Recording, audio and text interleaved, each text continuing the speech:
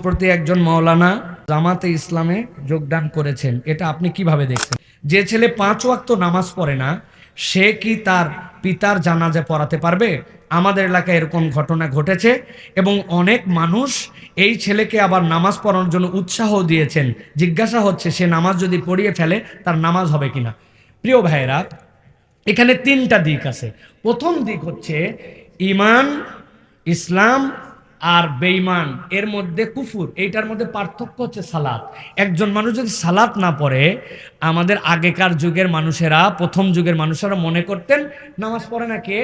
বেঈমান। যে মুসলমান আবার নামাজ পড়ে, মুনাফেকও নামাজ পড়তো, জানেন? আল্লাহ নবীর সাথে মুনাফেকরাও নামাজ পড়তো, মুনাফেকি করতো কিন্তু নামাজ বাদ দিত না। তাহলে উনারা পার্থক্যটাই বুঝতেন, নামাজ পড়ে না মুসলমান না, নামাজ পড়ে মুসলমান। তাহলে আমাদের মুসলমানিত্ব চিহ্ন সালাত, এটা বাদ দেওয়া যাবে না। দ্বিতীয় কথা যেটা, পিতার জানাজার জন্য সবচেয়ে বড় হকদার হচ্ছে সন্তান।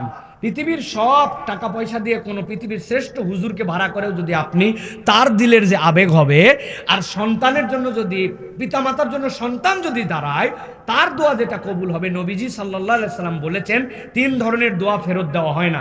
এর মধ্যে মজলুমের দোয়া, সন্তানের জন্য পিতামাতার দোয়া, পিতামাতার জন্য সন্তানের দোয়া, এইগুলা কবুল দোয়া, সেই হিসাবে হকদার সে।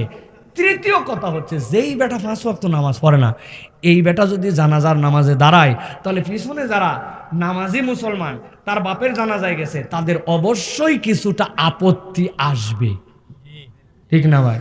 তুমি 5 ওয়াক্ত নামাজ পড়ো না, তুমি বাবার জানাজা পড়তেছো, আমরা সকলে দোয়া করতে আসলাম, আমাদের তো দিলের কষ্ট আছে। যদিও এটা আমাদের আবেগ এবং বাস্তবসম্মত আবেগ, কিন্তু মনে রাখতে হবে 5 ওয়াক্ত সালাত ইন্ডিভিজুয়াল ফরজ, আর আপনার জন্য জানাজার যে দোয়া করতে আসছেন, এটা একটা জানাজার ইন্ডিভিজুয়াল হুকুম। সেই হিসাবে কোনো ছেলে যদি তার বাপের পিছনে দাঁড়ায় যায়, আর পিছনে যদি সবাই নামাজিও পড়ে, তাহলে তার জানাজা হয়ে যাবে, এবং আল্লাহ চাইলে এই দিন থেকে আল্লাহ যেন তাকে হেদায়েত দেন, এইটা মনে রাখতে হবে।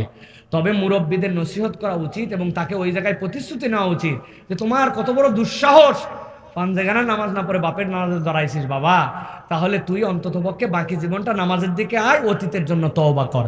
কিন্তু এই লোক যে নামাজ পড়লে নামাজ হবে না, বিষয়টা এরকম নয়। আল্লাহ আমাদেরকে বোঝার তৌফিক দান করুক।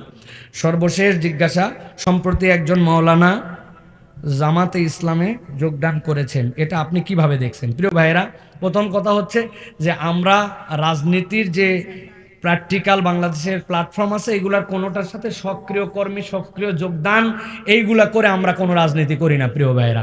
যদিও আমরা ইসলামের পক্ষে, আল্লাহ রসুলের পক্ষে, আল্লাহর বিধানের পক্ষে কথা বলি। এখন বাংলাদেশে যে সকল চলমান বিভিন্ন প্ল্যাটফর্ম আছে, সেখানে যে কোনো ব্যক্তি তার দেশীয় স্বাধীনতা অনুযায়ী তিনি অংশগ্রহণ করতে পারেন, এটার মধ্যে আপত্তি করার কিছু নাই। কিন্তু আমরা আমাদের ক্ষুদ্র দৃষ্টিতে দেখছি, যারা নিজেদেরকে ইসলামী দলই বলে না বা ঘোষণা দেয় না, ওই রকম দলে অনেক হুজুর মৌলানা নানান কেউ যোগ দিয়ে তাদের পক্ষে হয়ে পাটি পুটি অমুক তমুক, এটাতে কোনো কারো তেমন কিউরিয়াসের বিষয় নাই। কিন্তু যারা ঘোষণা দিয়ে ইসলামের পক্ষে কথা বলে, তাদের দলে যোগ দেওয়ার পর বাকি অনেকের দিকে জ্বলে পুড়ে ছাই হয়ে যাচ্ছে, আছে না ভাই? তাহলে বোঝা যায় যে আপনার অন্তরের মধ্যে অনেকের বিদ্বেষটা আছে, ওইটা দলকে টার্গেট করে, ওইটা আপনার বিভিন্ন দলের প্ল্যাটফর্মকে টার্গেট করে। সুতরাং আমাদের সকলের মধ্যেই ভুল থাকবে, ভুলের থেকে বেরিয়ে আসার জন্য চেষ্টা করতে হবে। আর যিনি যারা এরকম করে যোগদান দিবেন, তারা কেন যোগদান করেছেন তারা ক্লারিফাই করলে, তাদের অন্তর না খুঁজে তাদের মুখের বক্তব্যের উপর সন্তুষ্ট থেকে আমাদের চুপ করে যাওয়া উচিত। আল্লাহ আমাদেরকে বোঝানোর তৌফিক দান করেন, বোঝার তৌফিক দান করেন, আমাদেরকে এক এবং নেক হওয়ার তৌফিক দান করেন। ওয়া মা আলাইনা ইল্লাল বালাগ।